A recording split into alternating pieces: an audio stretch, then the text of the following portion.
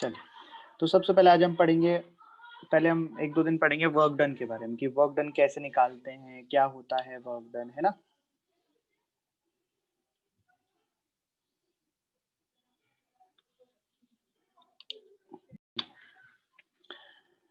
तो मान लीजिए कि कोई ऑब्जेक्ट है और ऑब्जेक्ट एक सरफेस पर रखा हुआ है।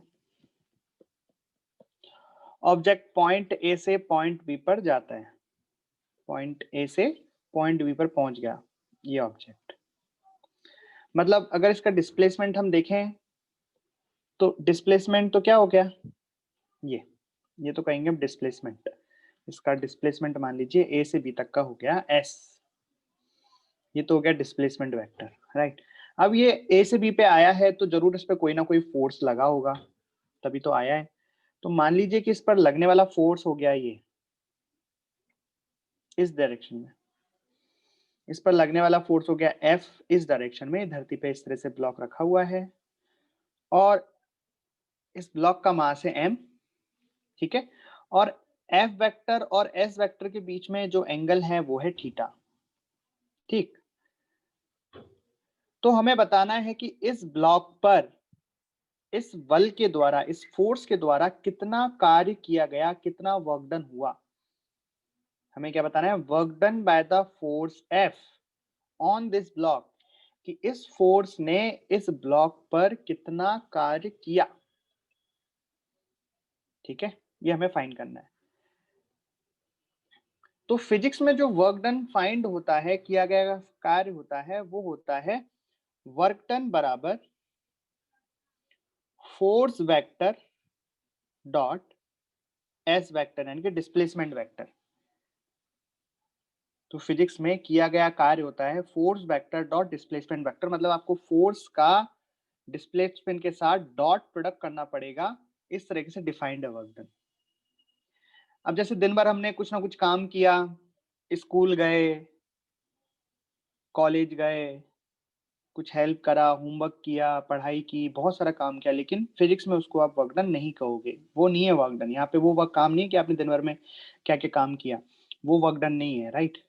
फिजिक्स में वर्क डन का मतलब है कि आपने मान लो किसी ऑब्जेक्ट पर इस डायरेक्शन में फोर्स लगाया एफ, ये डिस्प्लेसमेंट हुआ इतना, तो मतलब आपके द्वारा जो फोर्स लगा उस फोर्स ने इस ब्लॉक पर इतना काम किया,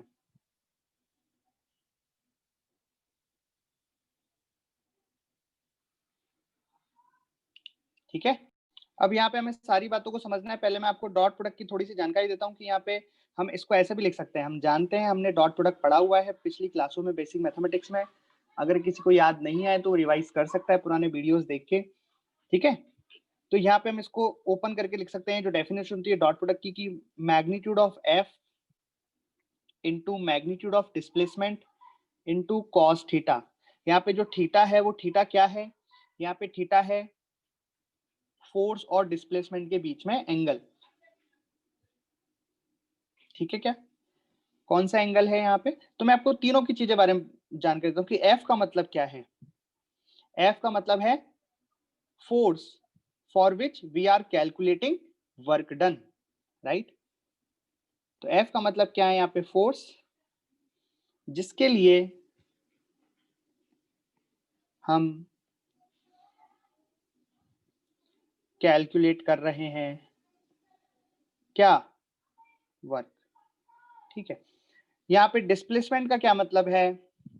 point of application of force. जिस पॉइंट पर फोर्स लगा है उस पॉइंट का डिस्प्लेसमेंट। तो यहाँ पे एस हो जाएगा displacement of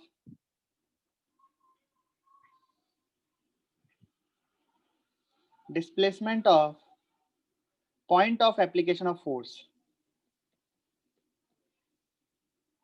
displacement of point of application of force.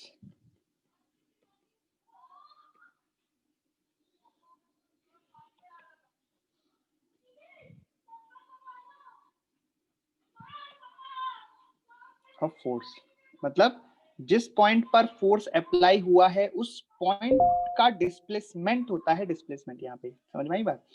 ऐसी किसी का डिस्प्लेसमेंट नहीं ले लेंगे अपन। जिस पॉइंट पर आप फोर्स हुआ है, कौन सा फोर्स, एफ फोर्स, जिसका हमें वर्क डन निकालना है, ठीक है। और लास्ट में थीटा हो जाएगा angle between force vector and displacement vector. बताओ यहां तक क्लियर है क्या? क्लियर है क्या यहां तक, या कोई डाउट है? तो यहां तक क्लियर है? नहीं। अगर आप यहां से ध्यान से देखो इसको, ये क्या है, ये है वर्क डन बराबर, अगर मैं cos थीटा को फोर्स के साथ लिख दूं तो ये क्या बन गया, F cos theta into displacement, यही बन गया, F cos theta into displacement. और अगर मैं देखूं कि एफ cos थीटा है क्या, तो एफ cos थीटा क्या है, यहाँ पे ध्यान से देखो, अगर मैं फोर्स के कंपोनेंट करूं तो एक कंपोनेंट आएगा इधर और एक कंपोनेंट आएगा परपेंडिकुलर। जो परपेंडिकुलर वाला कंपोनेंट आएगा वो आएगा एफ साइन थीटा, और जो डिस्प्लेसमेंट की डायरेक्शन में आएगा वो आएगा एफ cos थीटा। इस केस में यानी कि एफ cos थीटा, हाँ, एक्स कंपोनेंट फोर्स का। लेकिन यहाँ पे इस तरह से मत देखो कि कंपोनेंट एक्स कंपोनेंट फोर्स का, यहाँ पे मैं देख रहा हूं कि फोर्स का वो कंपोनेंट जो डिस्प्लेसमेंट की डायरेक्शन में है, वो वर्क डन के लिए उत्तरदायी है।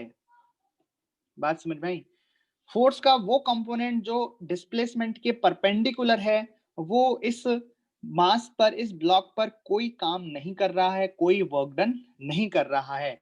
तो हम डायरेक्टली वर्क डन का एक ये फॉर्मूला भी लिख सकते हैं कि फोर्स जो डिस्प्लेसमेंट की डायरेक्शन में है, force which are in the direction of displacement into displacement, force जो डिस्प्लेसमेंट की डायरेक्शन में है,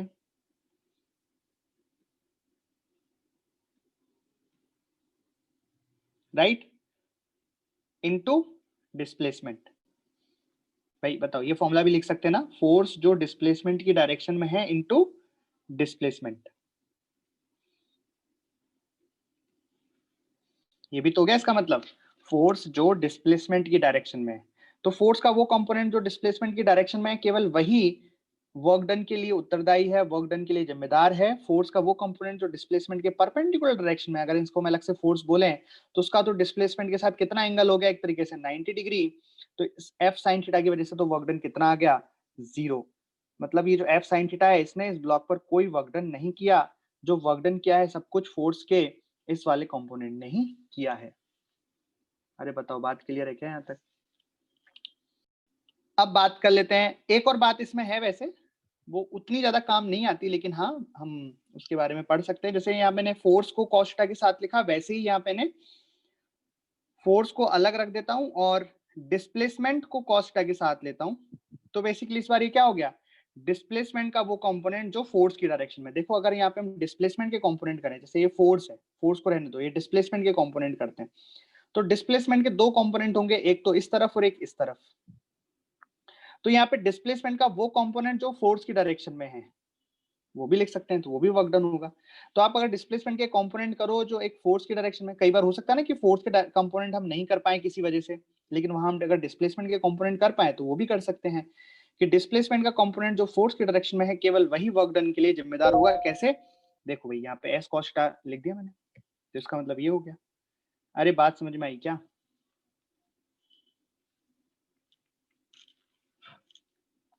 अब बात कर लेते हैं यूनिट वगैरह की। तो वर्क डन की यूनिट क्या होती है बताइए? Unit of work done, joule, right. हमारे एमकेएस सिस्टम में इसकी वर्क डन की यूनिट होती है जूल।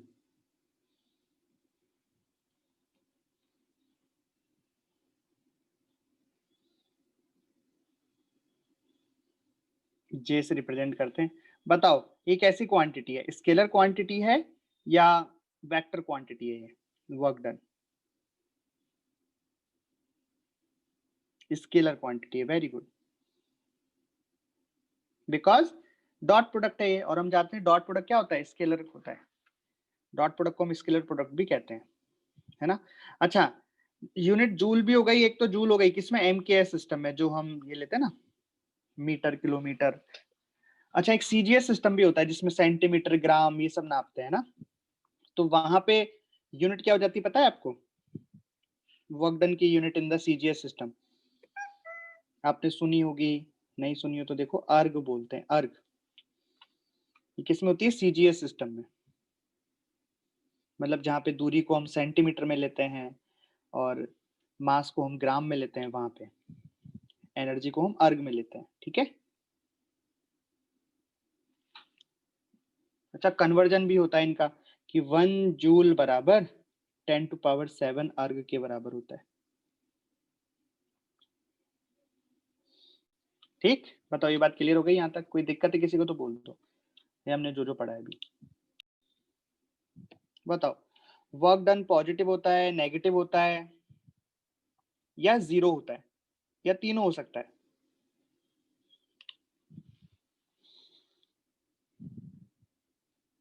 तो work done may be positive, work done positive भी हो सकता है, वर्क डन जीरो भी हो सकता है, एंड नेगेटिव भी हो सकता है। Depends on angle. किस किस के बीच में एंगल? फोर्स एंड डिस्प्लेसमेंट के बीच में एंगल, राइट। तो यहाँ पे 3 केस हो सकते हैं कि व्हेन थीटा, जो एंगल हमारा थीटा है, theta is less then 90 degree, when theta is less then 90 degree but greater then or equal to 0 degree. जब थीटा 90 डिग्री से छोटा हो लेकिन 0 डिग्री से बड़ा हो, उस केस में जो वर्क डन होगा वो कैसा होगा? पॉजिटिव वर्क डन होगा। मतलब उस केस में ऐसे डिस्प्लेसमेंट और फोर्स इस तरीके से होगा, तो फोर्स और डिस्प्लेसमेंट के बीच में जो एंगल होगा वो 0 और 90 के बीच में होगा। दूसरा केस क्या हो सकता है? When theta is 90 degree. तो जब थीटा 90 डिग्री होगा तो फोर्स ऐसे, डिस्प्लेसमेंट ऐसे, तो यहाँ पे वर्क डन कितना आएगा? हमेशा 0 आएगा। मतलब यहाँ फोर्स लग रहा है, फोर्स की वजह से जो पार्टिकल है वो घूमेगा, कुछ भी करेगा, मतलब फर्क तो पड़ेगा पार्टिकल पर, इस फोर्स की वजह से पार्टिकल पर फर्क तो पड़ रहा है, लेकिन वर्क डन 0 आएगा। और third, when theta is less than or equal to 180 but greater than 90 degree, मतलब जब डिस्प्लेसमेंट ऐसे और फोर्स ऐसे, उस केस में जो वर्क डन होगा वो नेगेटिव होगा। और ऐसा क्यों हो रहा है? हम सभी जानते हैं, कॉस थीटा की वजह से। कॉस थीटा की वैल्यू फर्स्ट क्वाड्रेंट में पॉजिटिव होती है, 90 पे 0 होती है, और सेकंड क्वाड्रेंट में नेगेटिव होती है। बताओ ये बात क्लियर है क्या? तो हमने अब तक ये पढ़ा कि फोर्स, वर्क डन क्या होता है? Work done by the force होता है force vector dot displacement vector. यहाँ पे थीटा का बड़ा इंपॉर्टेंट रोल है। थीटा के एंगल के हिसाब से, एफ और थीटा के हिसाब से वर्क डन निर्भर करता है। अगर थीटा 90 डिग्री हुआ तो वर्क डन 0 हो जाएगा। अच्छा, अगर डिस्प्लेसमेंट 0 हुआ तब भी वर्क डन 0 हो जाएगा ना, राइट? इफ डिस्प्लेसमेंट 0, तो डिस्प्लेसमेंट पता है ना किसका था? ये डिस्प्लेसमेंट का मतलब है point of force of application, जिस पॉइंट पर फोर्स लग रहा है उस पॉइंट पर।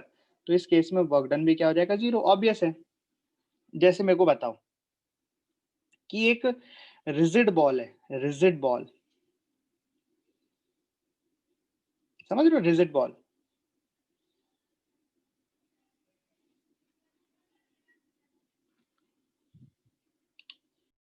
तो देखो मैं यहाँ 2 केस लेने वाला हूँ, 2 केस लेने वाला हूँ, ठीक है। एक तो केस लेने वाला हूँ रिजिड बॉल का। रिजिड मतलब पत्थर की दीवार है, रिजिड मतलब होता है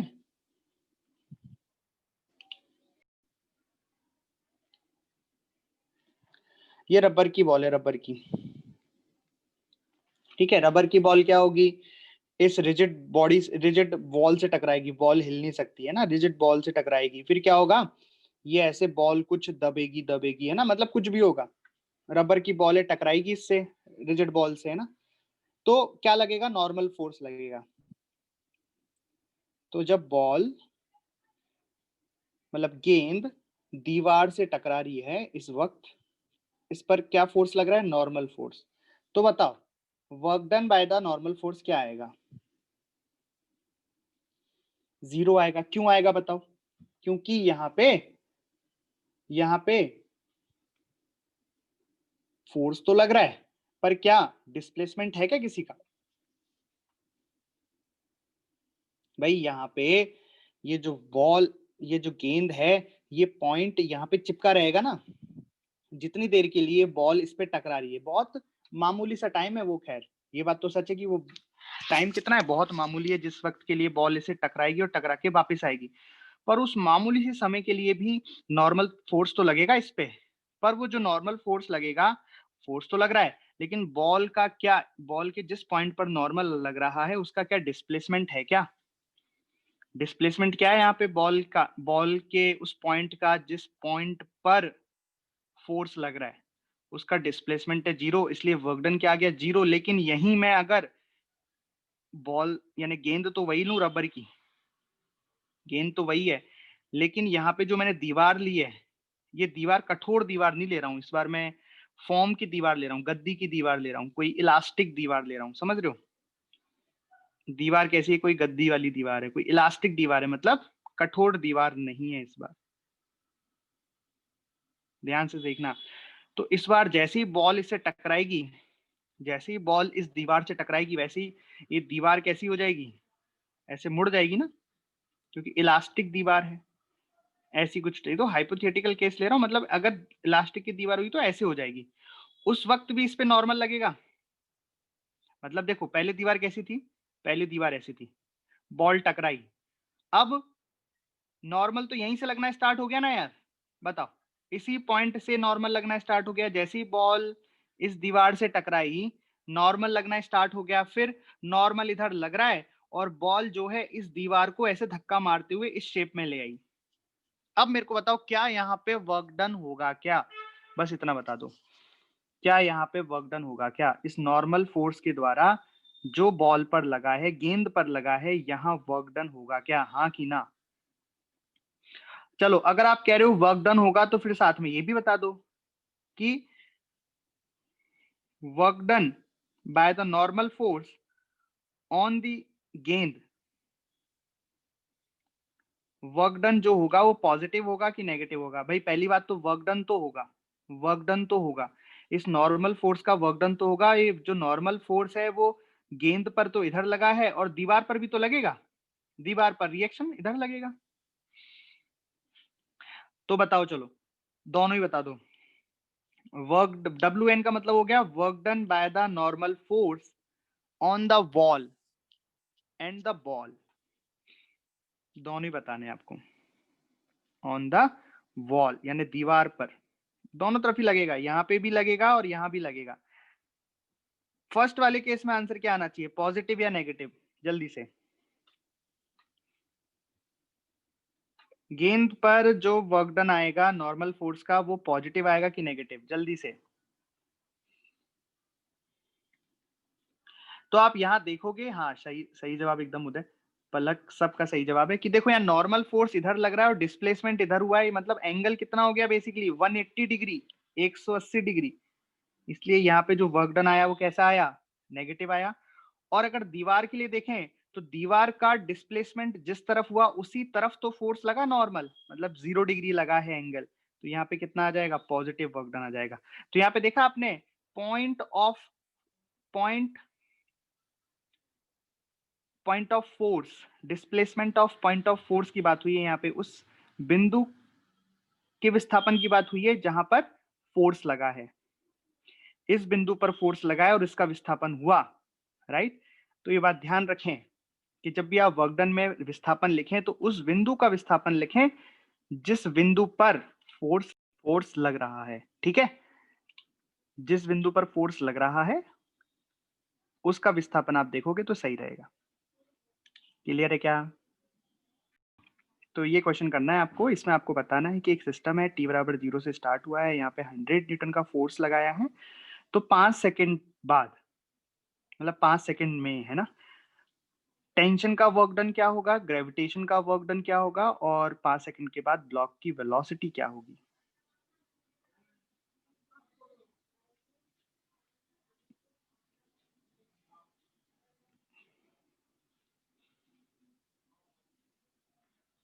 करिए, चलिए करते हैं।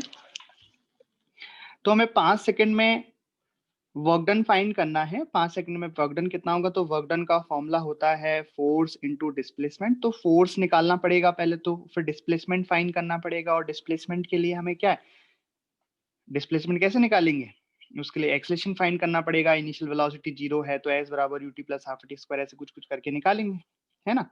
चलिए करते हैं।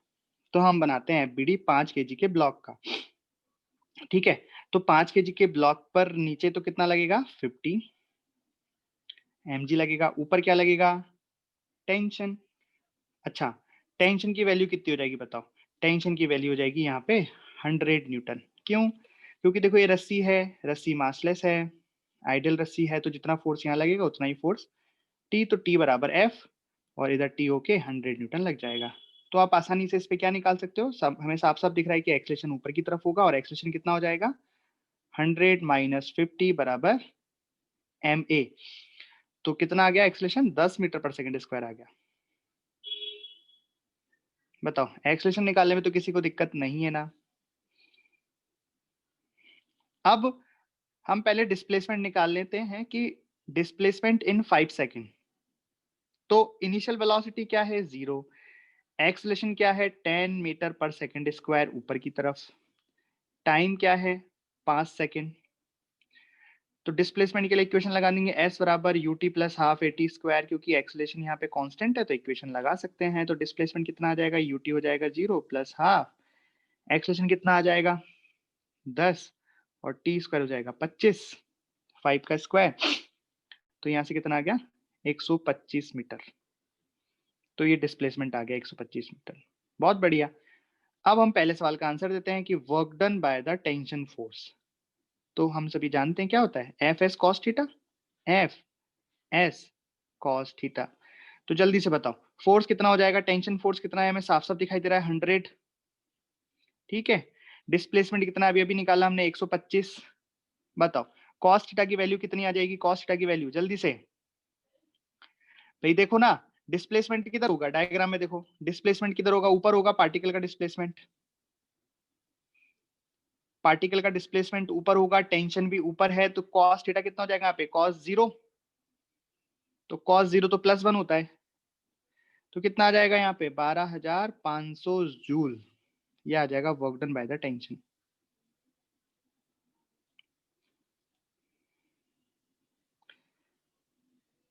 ठीक है, चलो दूसरा करते हैं। दूसरा work done by the mg, बताओ कितना आएगा जल्दी से।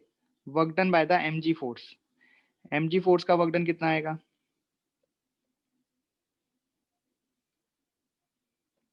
तो वही फोर्स इंटू डिस्प्लेसमेंट, तो फोर्स mg है ना, mg लग रहा है, तो mg हो जाएगा 50 इंटू, mg किस पे लग रहा है, ये ब्लॉक पे लग रहा है, और ब्लॉक का डिस्प्लेसमेंट तो ऊपर की तरफ 125 है, तो ठीक है डिस्प्लेसमेंट हो गया 125, और इस बार कॉस कितना हो जाएगा 180 डिग्री। क्यों हो जाएगा 180 डिग्री, क्योंकि देखो mg लग रहा है नीचे पर डिस्प्लेसमेंट हुआ है ऊपर, तो एंगल कितना आ गया 180 डिग्री। भाई फोर्स जो है डिस्प्लेसमेंट के अपोजिट है ना, तो ये कितना आ जाएगा, बताओ जल्दी से कितना आ रहा है, माइनस में 6250 जूल। ये क्या आ गया, work done by the mg।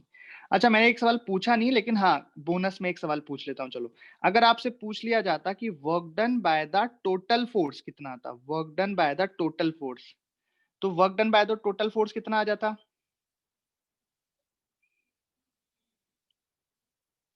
Work done by the total force हो जाता है जितने भी फोर्सेस लग रहे हैं, भाई किसी भी ऑब्जेक्ट पर लगने वाला टोटल वर्क डन, किसी भी ऑब्जेक्ट पर होने वाला total work done. Total work done का मतलब जितने भी फोर्सेस लग रहे हैं, जितने भी फोर्सेस लग रहे हैं, जैसे यहाँ पे तो दो ही लग रहे हैं, टेंशन लग रहा है ऊपर, mg लग रहा है नीचे, तो दोनों की वजह से जो वर्क डन होगा, work done by the tension plus work done by the mg। तो टेंशन की वजह से वर्क डन निकाल दो, ठीक है, और mg की वजह से वर्क डन निकाल दो। तो यहां से आ गया, आ जाएगा कुछ ना कुछ, अरे आ जाएगा ना। अच्छा एक तरीका और है, अगर आपको वर्क डन टोटल निकालना है किसी भी ऑब्जेक्ट का कि टोटल वर्क डन कितना होगा, तो एक तरीका और क्या है कि आप क्या करो, दोनों फोर्स का अलग अलग वर्क डन मत निकालो। भाई यहाँ पे तो हमें से पूछा था इसलिए अलग अलग वर्क डन निकाल लिया हमने, तो टोटल निकाला तो दोनों को जोड़ दिया विथ साइन, तो आंसर आ गया। लेकिन अगर हमको सीधा ही टोटल पूछा तो हम क्या कर सकते थे, एफ नेट निकाल लेते। पहले फोर्स का नेट फोर्स निकाल लेते कि भाई 100 ऊपर लग रहा है 50 नीचे लग रहा है, तो नेट फोर्स कितना हो गया 50। किधर की तरफ हो गया 50, ऊपर की तरफ, क्योंकि ऊपर ज्यादा है ना तो ऊपर वाला जीता, इनटू डिस्प्लेसमेंट। ऐसा भी कर सकते हैं, मतलब आप यहाँ पे एफ से लिख सकते हो F net dot displacement vector. समझ में आ गया। एफ नेट कितना आ गया यहाँ पे ऊपर की साइड, ऊपर की साइड कितना आ गया 50, 50 इनटू डिस्प्लेसमेंट तो 125 ही है, और ऊपर की साइड है इसलिए कॉस कितना हो गया 0 डिग्री यानी कि 1। तो आप देखोगे ये आंसर सेम ही आ जाएंगे, यहां से भी कितना आ जाएगा। तो कौन कौन से आंसर सेम आ जाएंगे, ये वाले भाई आने भी चाहिए। यहाँ पे भी हमने टोटल वर्क डन निकाला है, यहाँ पे भी हमने टोटल वर्क डन निकाला है, राइट। समझ गए टोटल वर्क डन निकालने का तरीका।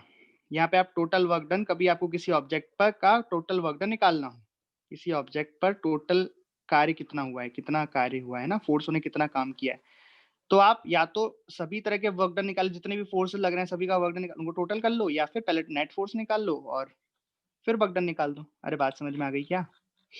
एक चीज और पूछी थी मैंने, एक चीज और पूछी थी, देखो ध्यान से, कि velocity of the block after 5 second. बताओ ये कैसे करेंगे, ब्लॉक की वेलोसिटी कैसे निकलेगी।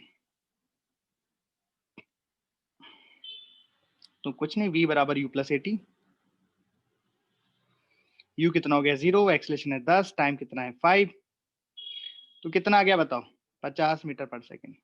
अरे आ गया क्या 50 मीटर। एक तरीका और है, और ये बहुत ही इंपॉर्टेंट कॉन्सेप्ट भी है। आप बोलोगे सर यहाँ से इतनी आसानी से तो निकल गया, एक और तरीके की क्या जरूरत है, यहाँ तो निकल गया, लेकिन जो कॉन्सेप्ट है वो बहुत इंपॉर्टेंट है, जो बाद में वर्क एनर्जी थ्योरम के नाम से आपके सामने आएगी। ठीक है, तो उस कॉन्सेप्ट को हम सीख लेते हैं। क्या है कॉन्सेप्ट, मैं आपको एक प्रैक्टिकल एग्जांपल लेके दिखाया है, हमने सारी वैल्यूज निकाली हैं। तो देखना, ये वेलोसिटी मैंने निकाली ना, वेलोसिटी निकाली ना, 50 एक तरीके से और निकाल सकते हैं। पता है आपको कैसे, कैसे, एक थ्योरम आप पढ़ने वाले हो, वर्क एनर्जी थ्योरम, कार्य ऊर्जा प्रमेय।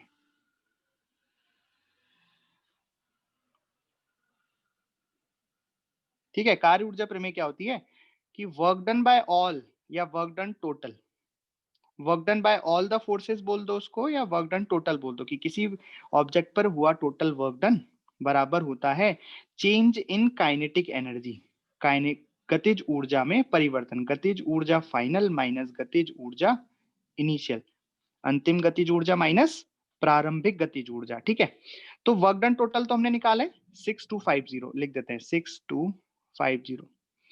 अब इनिशियली तो वेलोसिटी 0 थी, तो इनिशियल गतिज ऊर्जा कितनी आ जाएगी बताओ, प्रारंभिक गतिज ऊर्जा, इनिशियल काइनेटिक एनर्जी कितनी आ जाएगी 0, और फाइनल हमें निकालनी है हाफ एम वी स्क्वायर। तो यहाँ पे जो v है वो फाइनल वेलोसिटी है आफ्टर 5 सेकेंड, क्योंकि जो हमने वर्क डन डाला है वो भी कितने का डाला है, 5 सेकेंड में हुआ वर्क डन डाला है। देखते हैं मास कितना है 5 किलो, तो ये हो गया आपका v स्क्वायर बराबर 6250 इंटू 2 डिवाइडेड 5, और स्क्वायर है तो मतलब इसको करना पड़ेगा हमें अंडर रूट। जल्दी से सॉल्व करो कितना आ रहा है, यहां से v की वैल्यू कितनी आ रही है, यहां से v की वैल्यू कितनी आ रही है, जल्दी से सॉल्व करके बताओ। तो आप देखोगे यहाँ से कितनी आ रही है 50 ही आ रही है। तो ऐसा लक बाई चांस नहीं हुआ है कि हाँ हाँ ठीक है गलती से आ गई, यहाँ पे भी 50 आ गई, यहाँ पे नहीं, ये थ्योरम होती है। ठीक है, क्या होती है theorem, work done by the total forces, किसी ऑब्जेक्ट पर जितने भी फोर्सेस लग रहे हैं सभी के द्वारा किया गया कार्य बराबर उसकी गतिज ऊर्जा में परिवर्तन के बराबर होता है। समझ गए क्या बात। तो अभी हमने क्या पढ़ा, ये पढ़ा हमने वर्क डन कैसे निकाला जाता है। लेकिन यहाँ पे जो हमने वर्क डन निकाला वो किसका निकाला, एक कांस्टेंट फोर्स का निकाला। ठीक है, एक आध सवाल और कराता हूँ कांस्टेंट फोर्स के वर्क डन निकालने के, करो। आपको बताना है कि work done by the total work done निकालना है, total work done in 5 second, 5 second में टोटल वर्क डन निकालना है इस ऑब्जेक्ट पर। चलिए करते हैं। तो सबसे पहले इसका एफबीडी बनाते हैं। तो 5 सेकंड में हमें बताना है कि टोटल वर्क डन कितना हुआ। हमें 5 सेकंड में बताना है टोटल वर्क डन कितना हुआ, तो पहले 5 सेकंड में से डिस्प्लेसमेंट निकालना पड़ेगा। डिस्प्लेसमेंट निकालने के लिए पहले एक्सेलेरेशन फाइंड करना पड़ेगा, तो हमें एपीडी बनानी पड़ेगी। एपीडी बना लेते जल्दी से। तो नीचे कितना लग रहा है, इसमें 50 लग रहा है, ऊपर नॉर्मल लग रहा है, नॉर्मल बराबर 50 हो गया। अब 100 के कंपोनेंट कर लेते हैं, एक इधर और एक इधर। तो ये वाला हो जाएगा 100 cos 37। cos 37 कितना होता है, 4/5 होता है। तो ये कितना आ गया, 80 आ गया। और ये कितना आ गया, ऊपर वाला 60 आ गया,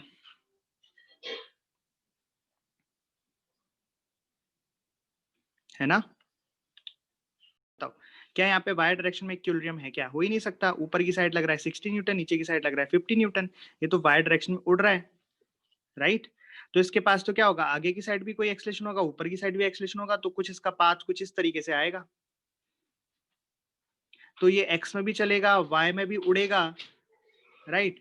तो एक्स डायरेक्शन में भी इसका कुछ वर्क डन आएगा, वाई में भी कुछ आएगा। तो ये तो खतरनाक हो गया। कर देते हैं अब, चलो। वैसे मैंने ये सोच के दिया नहीं था, मैंने तो सोचा था कि ग्राउंड पे ही चलेगा, बट अब अच्छा। अब एक बात और, अगर ये ऊपर उठना स्टार्ट हो गया तो बताओ क्या यहाँ पे फ्रिक्शन फोर्स लगेगा क्या। अगर ये उड़ना स्टार्ट हो गया तो क्या फ्रिक्शन लगेगा क्या, बताओ। लग ही नहीं सकता ना फ्रिक्शन तो, क्योंकि कांटेक्ट ही खत्म हो गया, तो फ्रिक्शन का तो कोई मतलब ही नहीं रहा, राइट। तो हम ऐसा करते हैं, इतना ज्यादा ना करते हुए कि भाई हम क्या करते हैं, इसको 5 kg की जगह 10 किलो का ब्लॉक मान लेते हैं, ठीक। 5 किलो की जगह हम इसको 10 किलो का ब्लॉक मान लेंगे। तो 10 किलो का ब्लॉक मानने से क्या हो जाएगा, नीचे जो लगेगा mg वो कितना हो जाएगा, इस बार 100 न्यूटन हो जाएगा। तो ये अब उड़ेगा नहीं, है ना। अब करो चलो। तो देखो अब कैसे करेंगे, इसमें नॉर्मल कितना हो जाएगा, अब 100 न्यूटन हो जाएगा, और आगे चलाने वाला फोर्स हो जाएगा 80 न्यूटन, 80 न्यूटन। तो अब देख लेते हैं फ्रिक्शन की मैक्सिमम वैल्यू क्या आ रही है इसमें। अगर फ्रिक्शन की मैक्सिमम वैल्यू हम निकाल लें तो कितनी आ रही है बताओ। वो होती है म्यू एस इंटू एन। यहाँ पे म्यू एस तो एक ही है, मतलब 0.2 इंटू एन कितना हो गया यहाँ पे 100। तो कितना हो रहा है यहाँ पे, 20 आ रहा है क्या, 20 न्यूटन। यस 20 न्यूटन आ रहा है यहाँ पे। इसका मतलब क्या हुआ,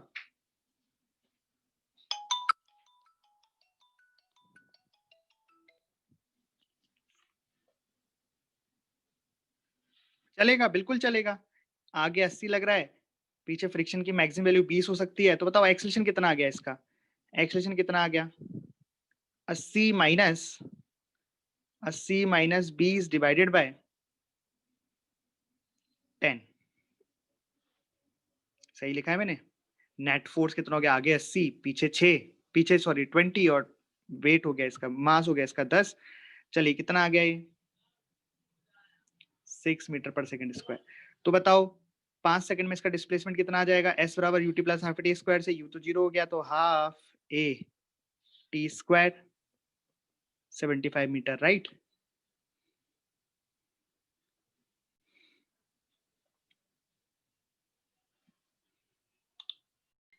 सही बात है, सही बात है। यहाँ पे नॉर्मल कितना आएगा, नॉर्मल 100 थोड़ी आएगा, नॉर्मल तो 40 है। चलो चलो चलो, जल्दी जल्दी करने के चक्कर में। हाँ तो नॉर्मल कितना आ गया यहाँ पे 40, 100 माइनस 60 40 आ गया। तो ये कितना आ गया, 8 न्यूटन आ गया। ठीक है, तो अब तो ठीक है। ओके चलो 8 न्यूटन आ गया। अब एक्सेलरेशन निकाल दो, कितना हो गया 80 माइनस 8 डिवाइडेड बाय 10, कितना आ रहा है ये 7.2 मीटर पर सेकंड स्क्वायर। ठीक है क्या अभी, ओके। अब डिस्प्लेसमेंट निकाल लो, half acceleration into T square, कितना आ रहा है। ओके, तो ये आ गया अपना 90 मीटर। कोई दिक्कत नहीं है यहाँ तक। चलिए अब हमें क्या निकालना है, वर्क डन टोटल निकालना है, राइट। तो यहाँ पे देखो कौन कौन सी फोर्स लग रहे हैं। यहाँ पे देखो मैं सारे फोर्सेस बताता हूँ कौन कौन से। एक तो जो 100 न्यूटन लगाया हमने वो लग रहा है, ठीक है।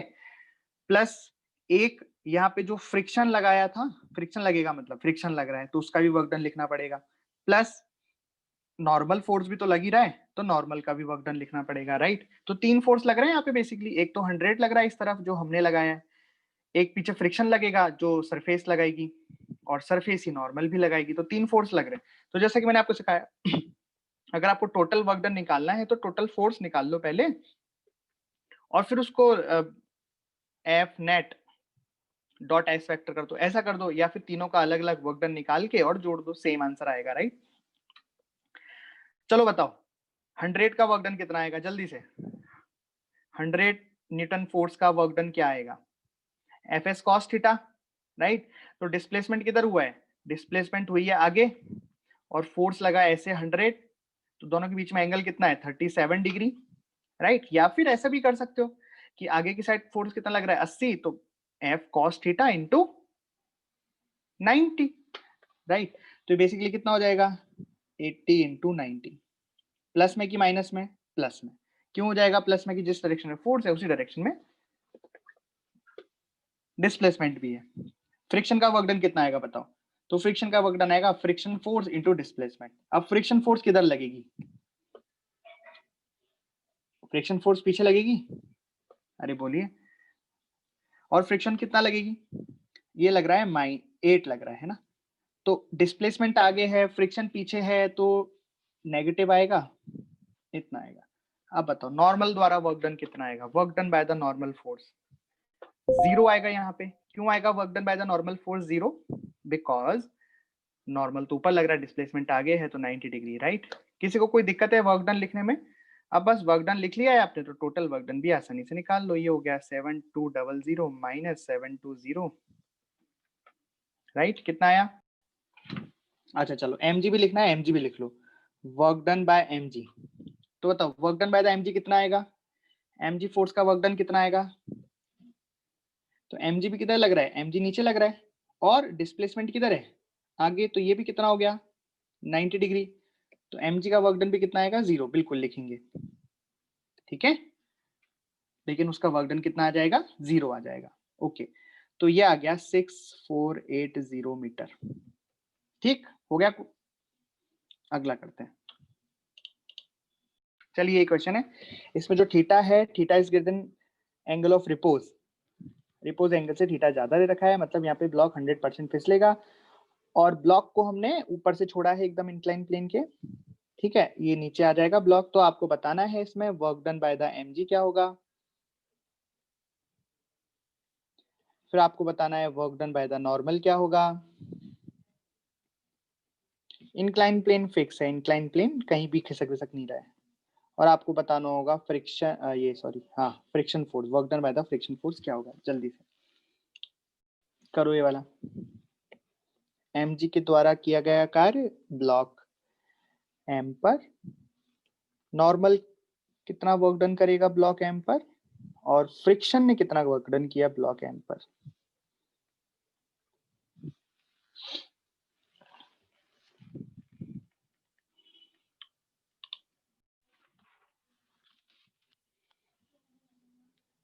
सही है, चलिए करते हैं। तो जैसा कि मैंने आपको बोला कि ब्लॉक फिसलेगा क्योंकि यहाँ पे जो उसका एंगल है इंक्लाइन प्लेन का एंगल वो रिपोज से ज्यादा है, मतलब रिपोज वो एंगल होता है जहाँ पे वो जस्ट फिसलने स्टार्ट करता है, राइट? ओके, तो यहाँ पे हम सबसे पहले इसका एफबीडी बना लेते हैं। तो ब्लॉक का जो डिस्प्लेसमेंट होगा वो बता दो पहले, ब्लॉक का डिस्प्लेसमेंट कितना होगा? ब्लॉक का यहाँ पे डिस्प्लेसमेंट L होगा, वो यहाँ इनिशियल पॉइंट से फाइनल पॉइंट तक आएगा, तो ब्लॉक का डिस्प्लेसमेंट L होगा। किस दिशा में L होगा? ये अलोंग द इंक्लाइन प्लेन। तो बताओ mg के जो दो कंपोनेंट होंगे, एक तो mg cos थीटा इधर होगा जो कि परपेंडिकुलर होगा इंक्लाइन प्लेन के, और एक होगा इधर की तरफ, ये कितना हो जाएगा? mg sin theta. नॉर्मल किधर लगेगा? नॉर्मल ऊपर लगेगा। और फ्रिक्शन किधर लगेगा? फ्रिक्शन पीछे लगेगा। और फ्रिक्शन कितना लगेगा? अब चूंकि ब्लॉक फिसल रहा है, ब्लॉक फिसल रहा है तो फ्रिक्शन काइनेटिक लगेगा, और काइनेटिक फ्रिक्शन की वैल्यू होती है म्यू इंटू एन। अब यहाँ पे म्यू तो मैंने म्यू ही दे रखा है, स्टैटिक काइनेटिक एक ही, तो ये हो जाएगा म्यू mg cos थीटा। अब बताओ, अब बस एक एक लाइन में हम तीनों वर्क डन लिख देंगे, work done by the mg। तो मैंने आपको सिखाया था कि वर्क डन होता है फोर्स इंटू डिस्प्लेसमेंट, यानी force vector dot displacement vector. चाहे तो आप वेक्टर से कर लो, ठीक है? और थीटे का ध्यान रखना कि एफ और एस के बीच में एंगल कितना है, राइट? तो यहाँ पे अगर आप देखो कि mg किधर लग रहा है? mg तो नीचे लग रहा है और डिस्प्लेसमेंट ऐसे हो रहा है ना? ये डिस्प्लेसमेंट हुआ एल इस डायरेक्शन में, दोनों के बीच में एंगल कितना आ गया इस बार? 90 माइनस थीटा आ गया। अरे आया कि नहीं आया? तो अगर आप ऐसे करना चाहो F vector dot S vector तो ऐसे भी कर सकते हो। यहाँ पे हो गया mg into L into cos 90 minus theta, cos 90 minus theta कितना आ गया, साइन थीटा, तो आंसर कितना आ गया, mgl साइन थीटा। एक तरीका तो ये, एक तरीका आप डायरेक्ट करो ना ऐसे कि भैया डिस्प्लेसमेंट जब इस डायरेक्शन में हो रहा है तो mg के फोर्स का वो कंपोनेंट जो इस डायरेक्शन में है, डिस्प्लेसमेंट की डायरेक्शन में है, तो mg फोर्स का वो कंपोनेंट जो डिस्प्लेसमेंट की डायरेक्शन में है वो कितना है, mg साइन थीटा। तो बस ये हो गया फोर्स, यानी कि mg sine theta into displacement. और पॉजिटिव क्यों, क्योंकि mg का कंपोनेंट जिस दिशा में है उसी दिशा में ही डिस्प्लेसमेंट है। बोल बात समझ में आ गई क्या, दोनों बात जो मैंने आपको समझाई समझ में आ गई क्या, ये फिर करके दिखाऊं, लिख के दिखाऊं, थोड़ा जल्दी बोलो।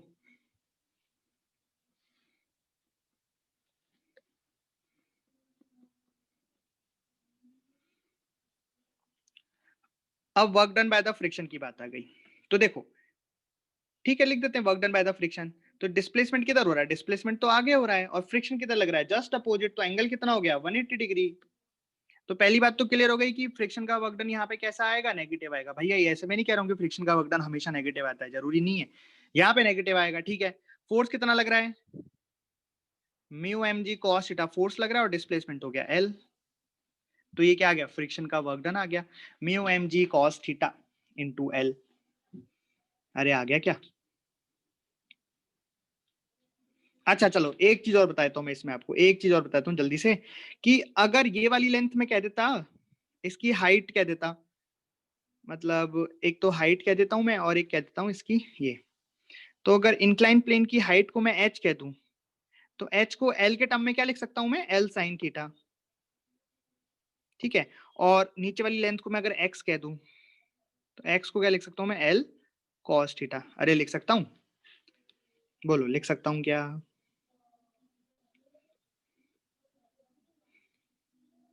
लिख सकता हूं यार, 90 डिग्री ट्रायंगल में हाइपोटेन्यूज पता है, थीटा पता है, तो लिख नहीं सकता हूं क्या, लिख सकता हूं, बेसिक ट्रिग्नोमेट्री या। ओके, तो यहां पे देखो ऊपर वाले में l साइन थीटा लिखा हुआ है, l साइन थीटा, तो l साइन थीटा को मैं क्या लिख दूं, h लिख दूं, मतलब ये वर्कडन कितना हो गया, mgh। अब बोलोगे ये कैसे हुआ, आप जरा ध्यान से सोचो, मैंने आपको दो चीजें बताई थी कि आप फोर्स का कंपोनेंट डिस्प्लेसमेंट की डायरेक्शन में कर सकते हो, या फिर डिस्प्लेसमेंट का कंपोनेंट फोर्स की डायरेक्शन में कर सकते हो, बताई थी। तो जैसा कि मैं mg का वर्कडन निकाल रहा हूं और mg नीचे लगता है और डिस्प्लेसमेंट इधर हुआ है l, अगर मैं l का, l मतलब ये वाली लेंथ का mg की डायरेक्शन में कंपोनेंट करूं तो क्या आ जाएगा, h आ जाएगा कि नहीं आ जाएगा, बोलो। और आ गया, देखो l साइन थीटा को h लिख सकते हैं, mgh। ऐसे ही बताओ यहाँ पे l cos थीटा को क्या लिख सकता हूं,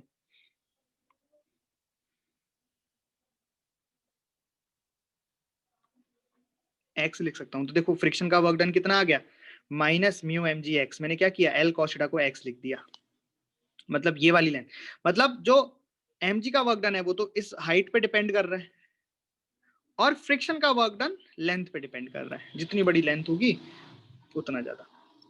अरे बात समझ में आई क्या। और रहा लास्ट में नॉर्मल, तो नॉर्मल तो खैर कोई बात ही नहीं है, नॉर्मल का वर्क डन तो यहाँ कितना आ गया, 0 आ गया। यहाँ पे नॉर्मल का वर्क डन क्यों आ गया, भाई नॉर्मल लग रहा है ऊपर और डिस्प्लेसमेंट हो रहा है ऐसे, एंगल है 90 डिग्री। मैं ये भी नहीं कह रहा हूँ कि नॉर्मल का वर्क डन हमेशा ही 0 आएगा, जरूरी नहीं है, इस केस में 0 आ रहा है। अरे भैया आ रहा है कि नहीं आ रहा है, बताओ आ रहा है कि नहीं आ रहा है।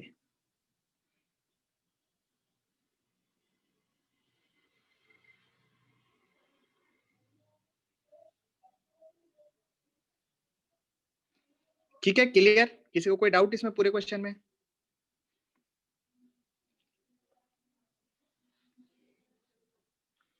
किसी को भी इस पूरे क्वेश्चन में कोई डाउट तो पूछ लो।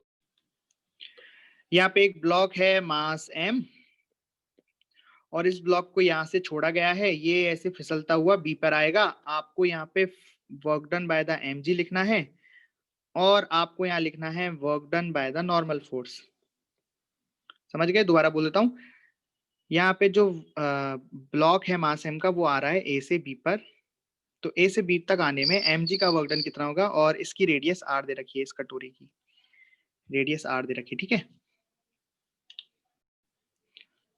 Work done by the gravitation कितना आएगा, work done by the normal कितना आएगा, हो गया क्या? देखिए चलो सबसे पहले work done by the gravitation कितना हो जाएगा। देखो ग्रेविटी लगती है नीचे और नीचे की साइड डिस्प्लेसमेंट कितना हुआ है, r रेडियस, तो ये आ जाएगा mgr। और work done by the normal कैसे होगा कि मान लो ये ऐसे ब्लॉक ऐसे घिसता हुआ आ रहा है नीचे, तो किसी भी मोमेंट पे जो नॉर्मल होगा वो इस तरीके से लगेगा और इसका जो डिस्प्लेसमेंट होगा वो टेंजेंशियल होगा, नॉर्मल नॉर्मल होगा, तो दोनों बीच में एंगल 90 डिग्री आएगा, तो यहाँ पे work done by the normal 0 आएगा। बोलो कोई डाउट है? चलिए क्वेश्चन है,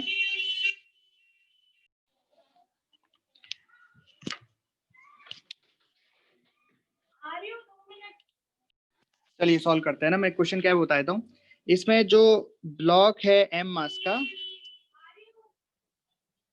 block of mass m is at rest with respect to incline।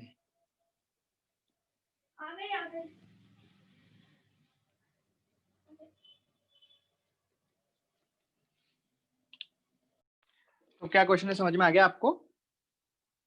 ये जो ब्लॉक है वो इक्विलिब्रियम है इंक्लाइन के रिस्पेक्ट में, ये कांस्टेंट वेलोसिटी से चल रहा है इंक्लाइन, पूरा सिस्टम कांस्टेंट वेलोसिटी चलते यहाँ पहुंच गया टी टाइम में, ठीक है। आपको यहाँ ग्रेविटेशन का वर्क डन निकालना है, ब्लॉक पर लगने वाला ग्रेविटी का वर्क डन, नॉर्मल का वर्क डन निकालना है, फ्रिक्शन का वर्क डन निकालना है इन टाइम टी टाइम में।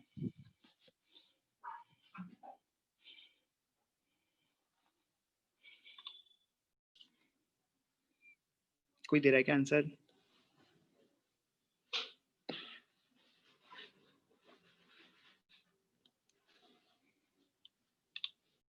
तो क्या करते हैं हम, सबसे पहले तो एफबीडी बना लेते हैं, पता तो लगे कौन सा फोर्स किधर लग रहा है।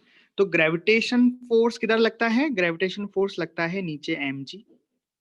अगला नॉर्मल, नॉर्मल किधर लगेगा, नॉर्मल इधर लगेगा।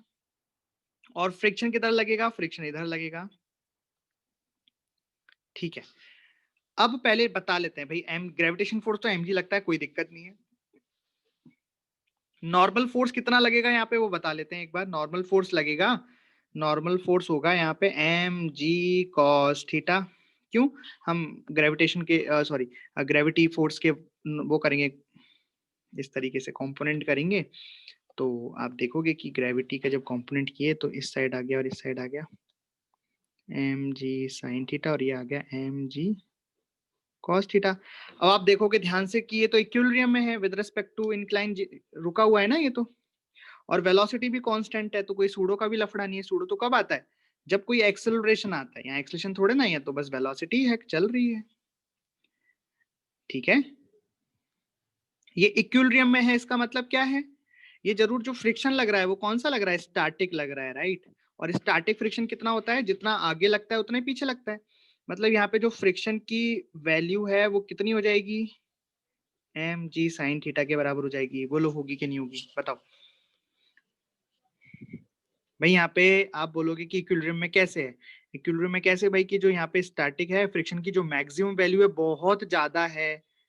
अब इसको चलाने वाला फोर्स यहाँ पे mg sin थीटा ही है, तो रोकने वाला भी कितना आएगा, mg sin थीटा ही आएगा, इससे ज्यादा की जरूरत ही नहीं है, तो क्यों आएगा, राइट। अरे बोलो भाई।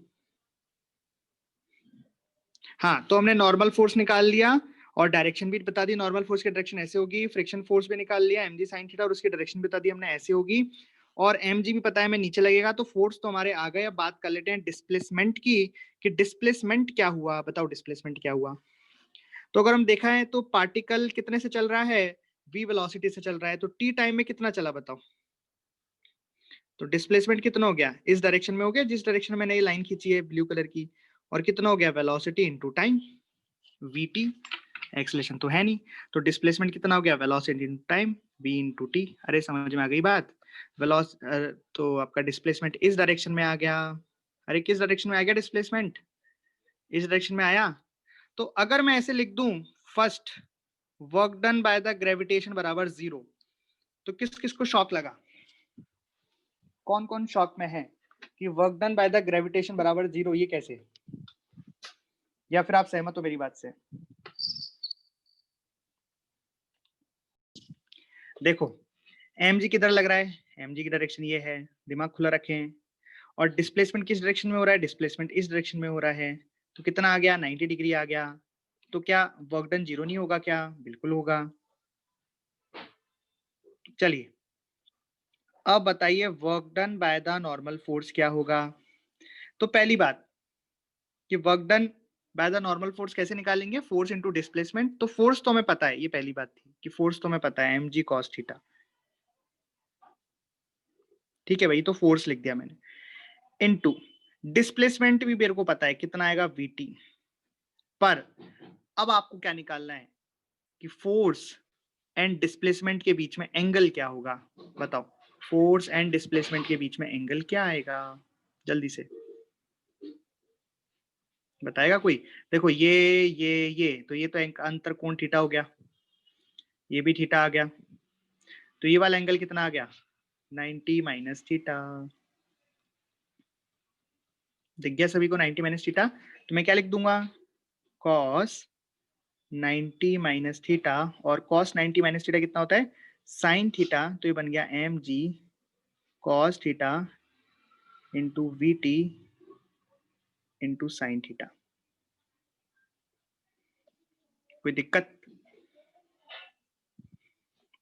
और अंतिम work done by the friction force.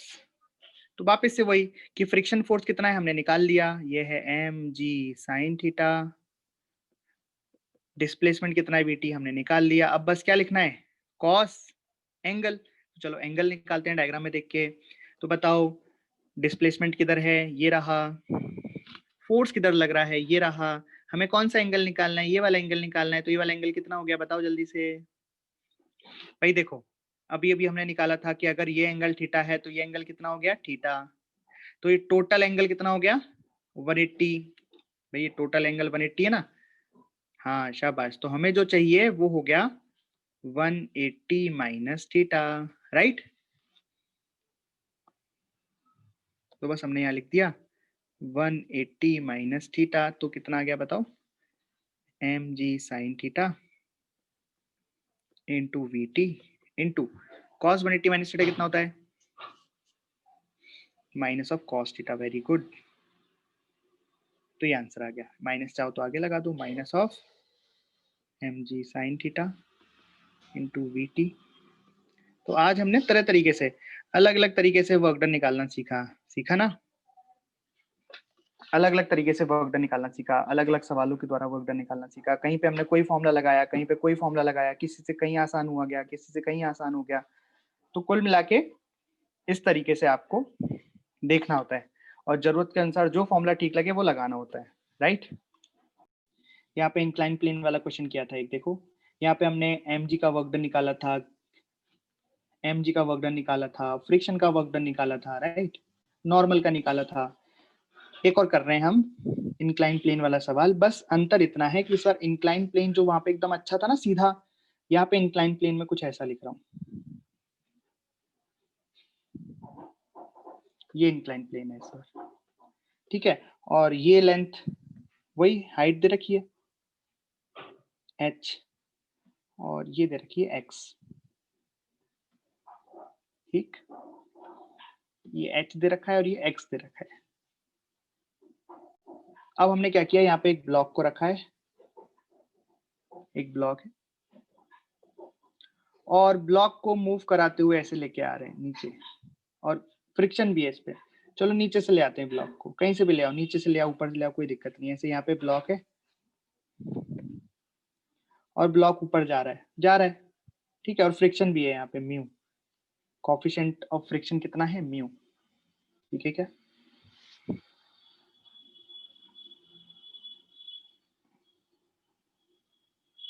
Block किधर जा रहा है, ऊपर जा रहा है, बी वेलोसिटी से मान लो ऊपर जा रहा है। कैसे जाएगा, ऐसे ऐसे घूमता हुआ, ऐसे ऐसे ऐसे ऊपर जाएगा, ठीक है।